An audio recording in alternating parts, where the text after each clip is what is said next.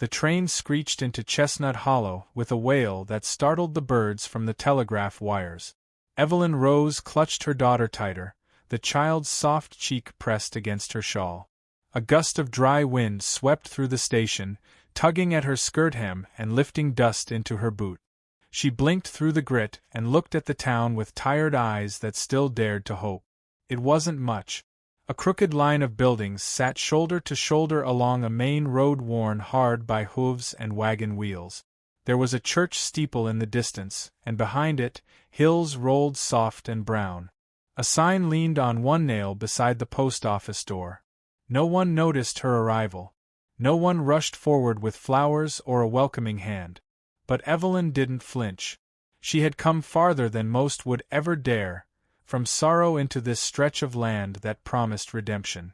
She stepped down from the train with Lila's tiny hand tucked in hers, the girl no more than 3, with sleepy curls and dusty shoes. Evelyn's carpetbag was faded but neatly mended. In its pocket was a folded letter, once creased with care, now worn from being read too many times. It had come from a man named Vernon Tate, a rancher, a man of means and Christian values, he'd written. A man looking for a wife. The letter had been plain but kind. He'd spoken of needing a steady woman, one unafraid of hard work. He said he didn't mind the child, that he believed everyone deserved a second beginning. Evelyn hadn't needed more than that. She wasn't chasing grand dreams, only a place for her daughter to grow up where they might one day be left in peace. The courthouse sat 2 blocks from the station. Whitewashed, wide-porched, and solemn in the early morning sun. She walked there with quiet purpose, her footsteps slow, deliberate. Lila skipped once beside her, clinging to her mother's skirt when townsfolk passed. A group of boys pointed at them. One girl in braids whispered behind her gloved hand. Evelyn met no eyes. She simply walked on, breathing slow, steady breath. She reached the courthouse steps and climbed them with care. The wooden door gave way to a room of polished benches and stillness. The clerk at the front desk gave her a half-interested glance. Name? Evelyn Rose. I was sent for. Mr. Vernon Tate. The clerk frowned and thumbed through a few papers. Court's in session soon. He'll be here. She sat with Lila on the bench, smoothing the child's hair, fixing a crooked ribbon. She'd worn her best dress, a pale lavender one with a fresh hem. It had taken 2 weeks' worth of needlework to buy the fabric. People trickled in, filling the benches slowly. Men in dusty hats, women with pressed gloves, children swaying side to side with boredom.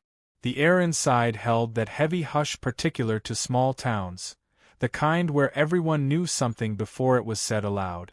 Then he entered. Vernon Tate, taller than she remembered from the daguerreotype he'd sent, with a gray mustache and sharp collar. His boots were clean. His belt held a silver buckle. He didn't look at her when he stepped through the door, just walked straight to the clerk and whispered something. Evelyn rose, gently lifting Lila to her hip. She waited for him to approach her, say hello, offer his arm, something, but he didn't. Instead, he turned toward the judge's bench and said loudly enough for every whisper in the room to still, "I don't know this woman." A hollow sound rang through Evelyn's chest. I'm Evelyn Rose. You sent for me," she said, voice barely above breath. He frowned. "I wrote to a widow from St. Louis. With no child." A murmur ran through the room. Evelyn shook her head, disbelief flooding her. You said you didn't mind the child." He stepped back as if scorched. "I never promised anything. This is a misunderstanding. Maybe she forged the letter." "I didn't," Evelyn whispered. Lila buried her face into her neck, sensing something dark taking shape. The judge leaned forward, spectacles low on his nose. "Ma'am, is this a legal dispute?" "No, Your Honor," Vernon said quickly. "She showed up making claims. That's all." And then he turned, just like that, and walked away. Down the aisle between rows of stiff backs and darting eyes. He didn't even look over his shoulder. Evelyn stood frozen, Lila wrapped around her. The wind shifted cruelly the morning Evelyn was asked to leave. She'd only just finished folding Lila's small dress and setting bread to rise when a sharp knock struck the door like a warning. Vernon didn't come inside. He stood with a stern set to his jaw, not meeting her eyes. "My sister's coming to stay," he muttered, adjusting the hat on his head. "A widow too. Folks think it's better if you're not here when she arrives." Evelyn didn't speak. The sour smell of yeast still clung to her fingers. Behind her, Lila's giggle rose from beneath the table where she played with wooden spoons. Evelyn waited, heart pounding, but Vernon said nothing else. Just turned, walked back to the corral, and didn't look back. By sundown, she had packed their things again. The second time never hurt less, but it taught her what silence cost. There were no tears, only a quiet ache as she led her daughter down the long road out of the Tate Ranch and toward town. They took up space in an abandoned hayloft behind the cooper's shop. She laid her shawl on the straw so Lila wouldn't scratch her skin, and each morning, she crept out to fetch water from the pump before anyone stirred. The baker took pity and gave her old flour sacks, which she stitched into aprons and sold to the mercantile clerk for a few coins. That was how it began, one thread at a time. Gossip arrived faster than kindness. Whispers followed her like smoke in the wind, that she was a fool or worse, a harlot who'd been turned out for shame. A few women crossed the street when they saw her, their skirts rustling with judgment. Evelyn learned to keep her chin steady and her eyes low. She didn't answer rumors. She baked pies. Each day she carried a basket of cornbread, biscuits, or sugared peaches to offer shopkeepers in exchange for thread or eggs. She refused charity. She offered warmth in her voice, a stitched button, or a song when someone's child fell sick. Most didn't thank her, but some began to nod when they passed. At night, she told Lila stories of stars and brave women who crossed deserts to find a home. The girl would curl against her side, one thumb in her mouth, the other hand clutching the edge of Evelyn's dress. They never spoke of Vernon. Evelyn let the wind take his name away. Then one evening, as she swept the steps outside the church, a voice behind her said, "You missed a spot." She turned. The man was tall, with a crooked collar and a voice like worn leather. He had quiet eyes, not the kind that probed, but the kind that waited. His name was Jonah Reed. He'd lost 2 fingers in a sawmill accident, and his wife to fever 3 years prior. People said he kept mostly to himself and talked more to horses than to folk. Yet here he was, leaning against the rail, holding a wrapped handkerchief in his palm. "I brought you something," he said, as if unsure whether to regret it. She hesitated, then opened it. Inside was a spool of blue thread and 2 boiled eggs. "I hear you sew," he added, rubbing the back of his neck, "and figured you might be hungry." Evelyn smiled without meaning to. It wasn't the thread or the eggs that undid her. It was the way he looked at her, not like a woman discarded, but one standing on her own 2 feet. She nodded her thanks and returned to sweeping, but the air felt different. Not lighter, not heavier, just changed. Jonah didn't visit every day, but when he did, he came with small things. A book of pressed flowers, a tin of buttons, a story about a colt born early in the frost. They never talked about their past. That silence between them was not avoidance but a shared respect, a knowing that some pain did not need retelling to be understood. The town didn't stop gossiping, but it grew quieter. When Evelyn stood outside the mill to barter, fewer eyes narrowed. When Lila ran through the square, her laughter wasn't met with pity but gentle smiles. A boy at the schoolhouse gave her a wildflower and said she smelled like cinnamon. Slowly, Evelyn's presence shifted from tolerated to accepted. But not all wounds heal without reopening.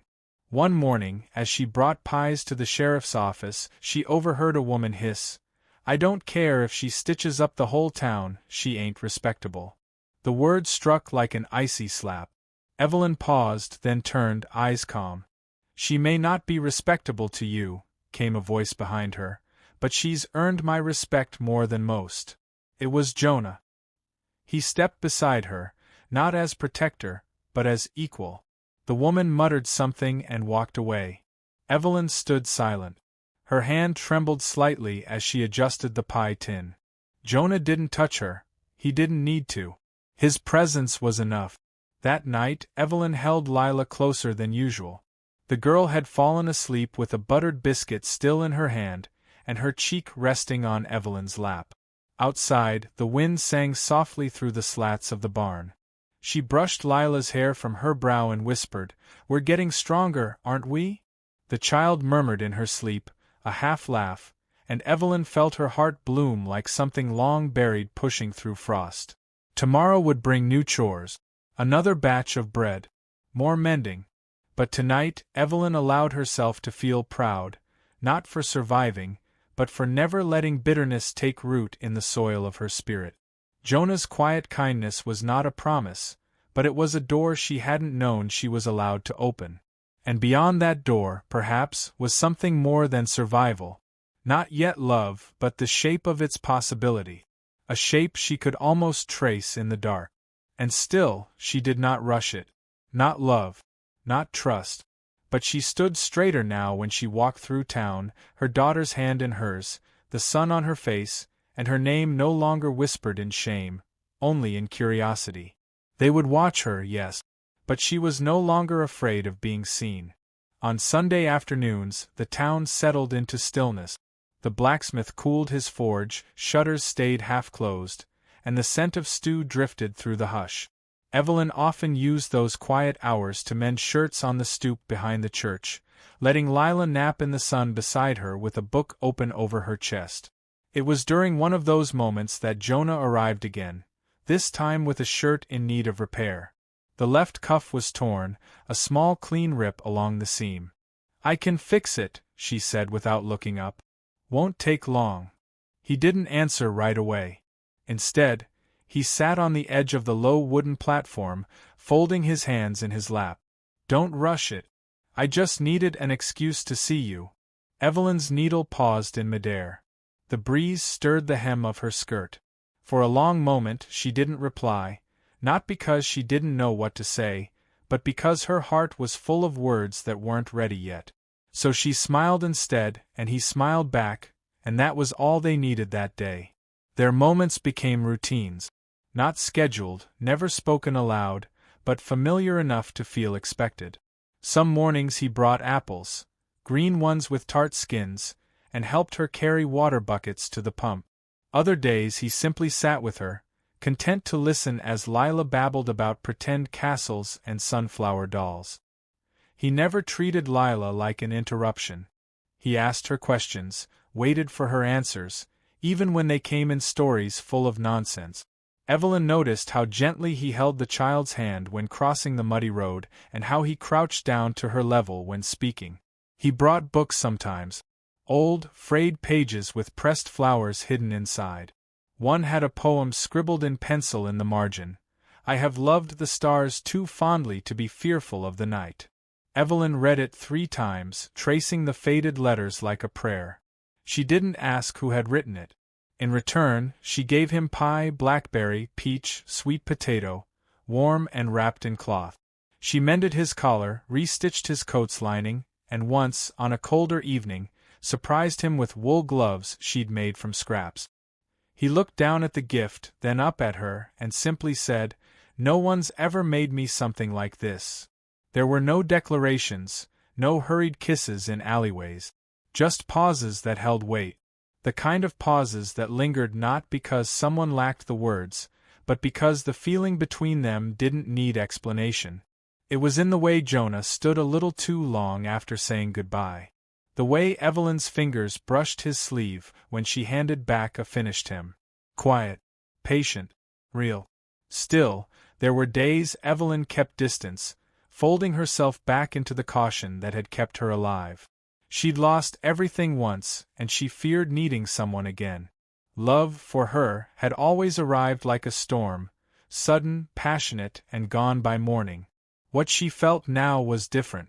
Like slow-growing ivy curling over old stone, quiet, unassuming, yet strong enough to crack walls if given time. One evening near dusk, they sat on the ridge behind the church, watching the sun sink behind a band of indigo clouds. Lila slept in Evelyn's lap, and the world had narrowed into soft colors and shared breath. "I used to think love was loud," Evelyn said, her voice barely above the breeze. "Big gestures. Letters. Promises." Jonah glanced sideways. "And now I think it's quieter. Maybe it's showing up. Again and again. Even when it's hard." He nodded slowly. "Love's not the thunder. It's the roof that keeps you dry through the storm." The words sat between them, heavy and right. Evelyn didn't speak again for some time. Her heart was full of something that both hurt and healed. She wasn't sure when it shifted, when Jonah stopped being a kind man who helped, and became the person she looked for in a crowd. But one morning, when he didn't appear, her chest ached in a way that surprised her. She found herself glancing toward the road, hands fidgeting at her apron, scanning for his stride. When he finally returned, 2 days later, covered in dust and carrying a splintered tool, Evelyn didn't ask where he'd been. She simply said, "You're late," and he smiled, and she almost cried with relief. It was Lila who first said it aloud. One night after Jonah had read her a story and tucked her in, she whispered, "Mama, I think Mr. Jonah loves you." Evelyn's heart stuttered. "Why do you say that?" "Because he always looks at you the way I look at pie." That night, after Lila had fallen asleep, Evelyn stood by the window and watched the stars emerge one by one, slow and sure. She thought of the poem, of quiet things, of love not needing to shout to be heard. Jonah never rushed her. He never demanded more than she could give. But each shared glance, each gentle act, built a bridge between two hearts long thought broken. One evening, he offered her a carved wooden pin shaped like a bird in flight. "For your shawl," he said. "To keep it from slipping." Her fingers trembled as she took it. The bird was simple, unfinished, but beautiful. It reminded her of herself, flight not yet taken, but not forgotten. She didn't kiss him then, but she placed the pin on her shawl and wore it every day after. And Jonah, seeing it there, smiled like it meant something. Because it did. In the town, people had begun to soften. Not entirely. Not all. But eyes no longer narrowed, and hands sometimes waved. A widow had purchased 2 pies and asked if Evelyn would teach her daughter to stitch. The baker gave Lila warm rolls without charge. Whispers faded, replaced by nods. Jonah began walking with her to the courthouse steps each Thursday. They didn't speak much on those walks, but their silence was full of understanding. And each time he left, he touched the brim of his hat, a gesture so gentle it felt like a promise waiting for its words. One late afternoon, as golden light spilled through the cottonwoods and the air smelled faintly of earth and rain, Evelyn paused in the middle of their walk. "Jonah," she said, her voice unsteady. "You see me, don't you?" He stopped beside her, looking down with that familiar steady gaze. "I see you, Evelyn. All of you. Not just the woman who survived, but the woman who still dares to hope." She felt the tears sting before they fell. And this time, when he reached for her hand, she didn't pull away. She let his fingers wrap around hers, and in that small gesture was the answer to every unspoken fear she'd carried. Not all love arrives with fire. Some of it comes like morning fog, slow, quiet, certain. And Evelyn, after everything, allowed herself to believe that maybe, just maybe, this love would stay. The sun rose on the day of the spring fair with a gentle gold light that made the dust on the road shimmer like scattered pearls. Stalls went up by dawn, their faded awnings flapping in the breeze. Children darted between barrels and crates, clutching ribbons and honey sticks. There was music in the air, soft fiddle warming up behind the mercantile, laughter spilling from the bakery steps, and the smell of cinnamon bread drawing folks from every outskirt. Evelyn stood at her modest table beside the schoolhouse steps, her basket full of pies, her shawl pinned with the wooden bird Jonah had carved. Her heart fluttered in her chest like it used to when she was a girl standing on her father's porch waiting for the mail wagon. Only now, she wasn't waiting for a letter. She was watching a life unfold. Lila twirled in a cotton dress that had once belonged to a banker's niece, gifted gently, without pity. Her curls bounced with every spin, her joy unashamed. She was no longer the child people whispered about. Today, she was just a little girl at the fair, sweet and smiling, holding 2 strings tied to twin paper kites. Evelyn's table drew a steady stream of passers-by.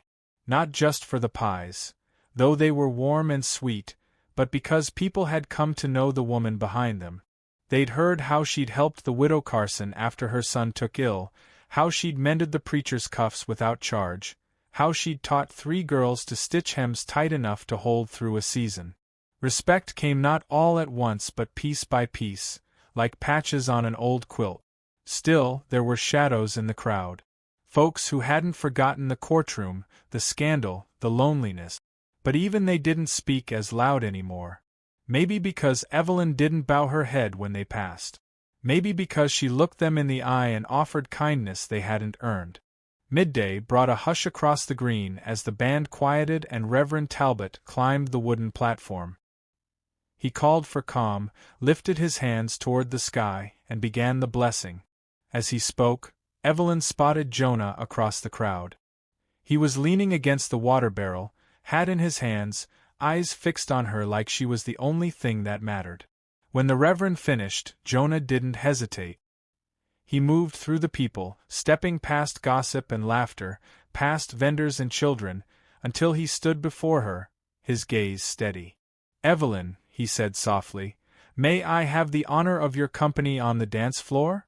There was a heartbeat of silence around them, the kind that stretches just long enough to feel like judgment.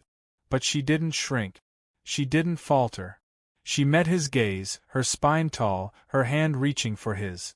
"Yes," she whispered, and the word fell like a bell across the square. He led her gently. They danced not with polished steps or practiced grace, but with the quiet rhythm of 2 people who knew how to move around one another. Her skirt swept the dust, his boots planted steady. And when he smiled at her, it was the kind of smile that rooted deep into the soul. The music played on. A slow waltz turned lively, then slowed again. Evelyn felt the warmth of the day melt into the warmth of his hand. Around them, the town shifted. People watched, not with judgment, but something close to admiration. A few clapped, a few smiled, and one little girl, her daughter, cheered with both arms in the air. After the dance, Jonah led her back toward the table. But then he paused, turned toward the crowd, and raised his voice. "Most of you know me," he said. "You know I don't say much in front of crowds. But I reckon today is worth the exception." People turned. Forks paused midair. Conversations quieted. "I came to this town a widower with not much left but a name and a patch of land. I met a woman who had less than I did. Less money, less welcome. But not less heart." He reached for Evelyn's hand and held it gently between them. "She's raised a daughter with dignity when the world turned its back. She's given more than she's taken. And I'd be a fool not to ask her now, Evelyn May, will you do me the great honor of becoming my wife?" The world narrowed in that moment. Not in fear, not in panic, but in clarity. Evelyn saw only Jonah, and Lila in the corner of her eye, and the life she'd thought she'd never get to dream of again. She nodded, tears stinging her lashes. "Yes," she said, her voice catching. "Yes, Jonah." A cheer rose, not loud but sure. The kind of cheer that carried more than celebration, it carried acceptance. The baker clapped. The Reverend smiled. Even the old postmaster tipped his hat. Lila rushed to her, arms flung wide. "Does this mean I get a new papa?" Evelyn knelt and gathered her daughter close. "It means we get a new chance, sweetheart. All of us." The day passed like something caught between a memory and a dream. Evelyn didn't sell all her pies, but she didn't care. She didn't hear every kind word, but she felt them. And Jonah never left her side, not once, not even as the last wagon rolled out and lanterns began to glow. Later, when the sky deepened into violet and the stars blinked on one by one, Evelyn stood outside the church where her journey had once begun, where she'd once sat sewing with trembling fingers. Now, her hands were steady. Her heart full. Jonah stood beside her, quiet. I never thought I'd feel this, she murmured. Not again. He wrapped an arm around her shoulders. You earned it. Every bit of it. And there, in the dark, he kissed her, not with urgency, but reverence. A kiss that promised home, not escape. And if you've come this far, dear soul, let me tell you something worth remembering. Evelyn May walked into a town with a past too heavy to carry and a child clinging to her hope. They called her a burden, a mistake, an inconvenience, but she stayed. She stitched dignity from scraps, carved respect from silence, and taught a town how to see again. So if ever the world tells you that you're too late, too worn, too far gone, remember Evelyn. Remember the woman with trembling hands and an unbreakable spirit. Remember that sometimes the kindest love comes not with fireworks but with quiet presence. And that the life you deserve may take time, but it will come. Wait for it, build it, and when it arrives, hold it with both hands.